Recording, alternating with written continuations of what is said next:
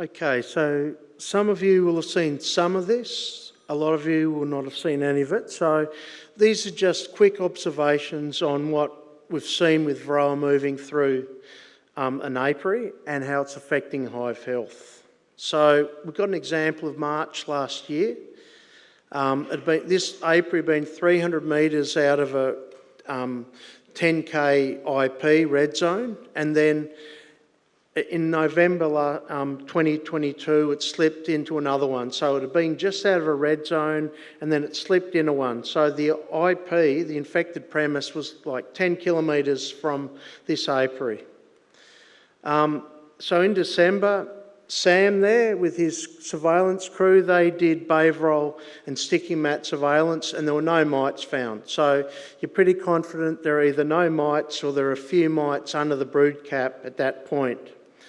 But in March we went back and there were 9 mites in the first alcohol wash in what we refer to as Hive 1. And we asked to do work on this, and obviously it was emergency response, so euthanizing infected premises, so a lot went on, but eventually after 5 weeks we were given 1 week to do some work. So we went back and we washed that hive, and in that 5 weeks it had gone from 9 mites in a wash to 54. So it had gone from 3% infestation, as in 3 bees per 100 had mites, to 18. So quite a steep rise in 5 weeks. And the other hives still had nothing in an alcohol wash. We then did 5 days of miticide strips and sticky mats, and that first hive had ApiZoom said 2,400 mites on the mat. There were heaps and heaps of mites. And the other hives had between 8 and 13 mites. So they probably had a population of 50 or 60 mites at the most in those colonies. We then after that 5 days, we did another alcohol wash, and during that time, Hive 1's infestation level had dropped back to that 3% mark. So it demonstrated how quickly a miticide, synthetic miticide, can start dropping the number of mites in the colony. But we then had to euthanize the hive, so that was the end of that. But what was really noticeable was how sick those bees looked after 5 weeks. They'd plummeted down. The mite numbers were going up and the bee health was, you could visibly see that it was going down. So this is the sort of thing we saw on a mat. All those little green dots you can see there, the app has picked them up and identified them as being Varroa mites. And that's what the sticky mat looked like. So you think each of those sesame seed size, the mat was absolutely peppered with mites. In September 23, beekeeper got an absconding swarm, and that came after we'd found field bees in the area that had mites on them. So you would see a bee on the ground, you'd pick it up, and it had a mite, often alive, running around on the bee. The bee was quite unwell. Some were dead, but there were actually still live mites on the bees. So this is in an area that hasn't had bees much for a while, but they're still there. And then I brought bees back in October 23 when I could, and they had surveillance done on them. Within 24 hours, 1 hive had mites on the mat. Within a day, or within a week, all hives had mites on the mat. So these bees had gone out and intercepted mites and brought them back very quickly after being brought back into an area that had mites in it. So every week those mites were swapped out, and basically every week there was between 60 and 100 mites on some of those mats, but other ones had very small numbers of mites. So that's reinfestation or reinvasion, where your bees are encountering mites out in the environment, and your bees are very good at finding mites. If there are mites out there, your bees will find them pretty quickly, simply because bees meet up with other bees and they're on flowers that bees have been on, and they're like robbing, all that sort of stuff. And they bring all of those back to your colony. So after 8 weeks, all those strips were pulled out and the wash counts were at 0.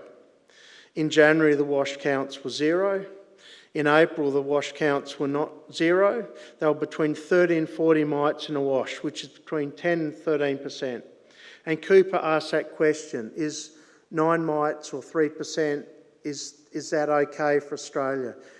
And personally, a lot of these hives are running at 30 or 40 mites in a wash. They still look pretty good, but I think they'd probably already tipped over some sort of a threshold. Just I wasn't able to measure it, but just my observations, they had lost their shine. They were not quite as good as they were.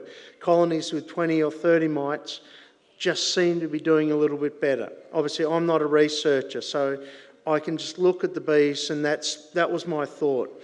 But I think probably 20 or 30 mites in a wash, you probably definitely need to be treating by that stage, otherwise they're going to start tipping over the cliff. So some hives are intentionally not treated, including a drone mother colony, and the wash in January returned 0 mites. In mid-April, it showed 45 mites and 321 bees, which is 14% infestation. In mid-May, it was 68 mites, which is 23% infestation. And that beehive had definitely demonstrated major loss of health in the 6 weeks prior to it even being moved out to that location.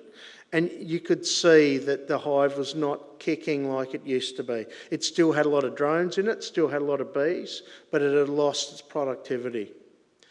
Another hive from the same cohort that did not have drone comb was running at 40 mites, which is 13% in mid-May. So you can see quite a difference. When you've got drone brood going on, you are going to get a lot more mites building up a lot quicker because they just reproduce so much better in drones. Forgotten red zone hive, so it was still in a red zone down on the Central Coast in October 23. It had a box of bees, 7 frames of bees in it, and a few above the excluder, but it had not swarmed. Every other colony in that area that was reasonably healthy would have swarmed months before that. It still had not swarmed. It had the original queen, and it was basically unmanaged by the owner. It still had a lot, it still hadn't swarmed though. And we got a lot of mites. We did a total of 8 washes, but we got a heap of mites in the first one, and then we continued to do a few more. And we ended up with 277 mites in 328 bees, which is 84.5% infestation. So anywhere with virus load, that colony would have been a dead hive walking. But this hive was pretty good. We treated it and it swarmed 6 weeks later, and then it swarmed again in early January. And when I last talked to the beekeeper, he still hadn't done anything to it. So unfortunately, that is one of the things that you'll see with mites moving through an area, that there are beekeepers out there that will not manage their mites, or that won't manage their bees even. And so that's going to be mite bombs happening all the time. And you can see from the sticky mats are just absolutely loaded. And that one was getting reinvasion of 60 to 100 mites per week after that. So once we knocked off many thousands of mites in the first couple of weeks, because it didn't have drone brood, it was not quite good enough to produce drone brood. So in a couple of weeks, all the cap brood had hatched, all the ectoparasite mites had gone, and then it was just new mites being brought back into the colony that were being taken out by the miticides. Now, that absconding swarm from September, it had 6 mites in a wash in January 24, and it was not treated by the beekeeper. In late May, the beekeeper noticed many bees on the ground around the colony. So you can see just on the grass that there are just bees everywhere, and they sort of look okay, but they're quite dopey. I couldn't get one to sting me. And when I looked at them, you can see mites on the bees. And these aren't old bees, these are young bees. So these are young bees from that colony that are loaded up with mites. And the colony was going backwards. I got a lot of mites. I got 165 in the first wash. After 3 washes, I had 212, and I left it at that. I thought that's enough mites out of that one. I then put miticides into that hive, and you could see within hours they were just shoveling mites out of that front. And there was a nuke there next to it which was similar. They're just shoveling the mites out. And so that colony is going very hard now. It's a very productive colony, but at the end of May, it was on the precipice and it could have been gone. Very quickly, it could have been a dead hive. So a few other observations. Clean hives brought back in from a dearth in March 24 when there's no pollen. These colonies are under a lot of nutritional stress. They had a lot of bees, but they had no brood, basically. They had mites counts of 10 in a wash 8 weeks later. So they'd gone from having no brood to coming back to an area foraging, picking up mites, going into the colony, and within 8 weeks they were up there at over 3% infestation. But the whole thing was that poor nutrition is probably a lot more deadly than being exposed to mites, because you can manage the mites, you have to manage the nutrition as well. So you've got to take some of these things into account. Some people leave their bees away from Varroa areas because they don't want to get Varroa, but at the same time they have poor nutrition and those bees are gone. So you need to think about these things. Sometimes having Varroa and having healthy bees is a lot more important. Hives that were treated had considerably lower mite counts than untreated hives and were more productive.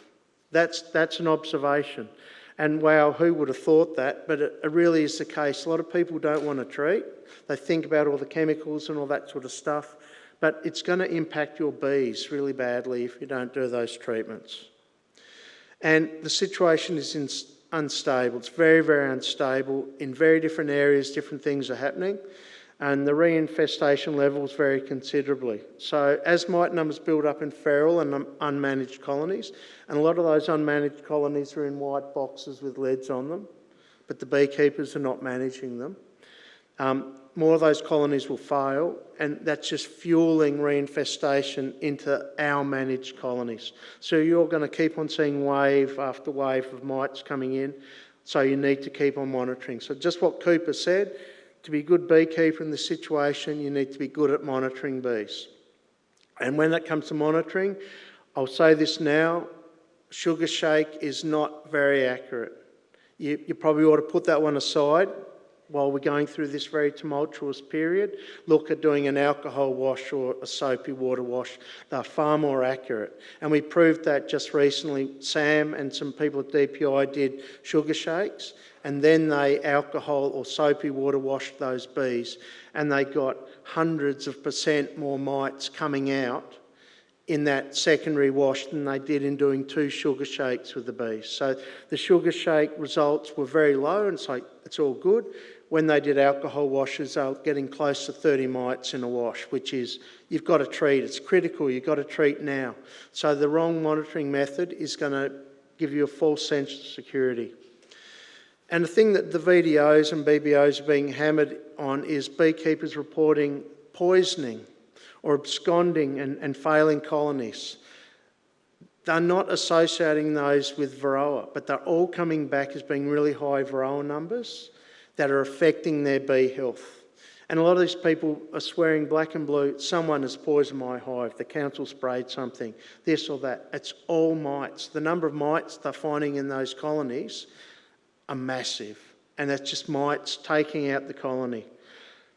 So what we're finding is a lot of those beekeepers, they have not washed. One guy had washed 11 months prior, and he hadn't done a wash since, and they haven't treated because of their anxiety about it. They're just not looking, and unfortunately they're losing their colonies. So this is just a very quick, this is about as far as I get in a research. This is my graph here, and it's really, really rough. But this just indicates some of the mite build-ups in some of the different scenarios that I've talked about today. And you can see there how some of those very, very dangerous increases in mite numbers, and that's going to affect your colonies big time. So please keep on monitoring and keep a lookout for mites. Thank you very much. And sorry, that was only supposed to be 5 minutes, but I think I went a bit over on that. I didn't get you a bottle of wine. I'll get you a beer.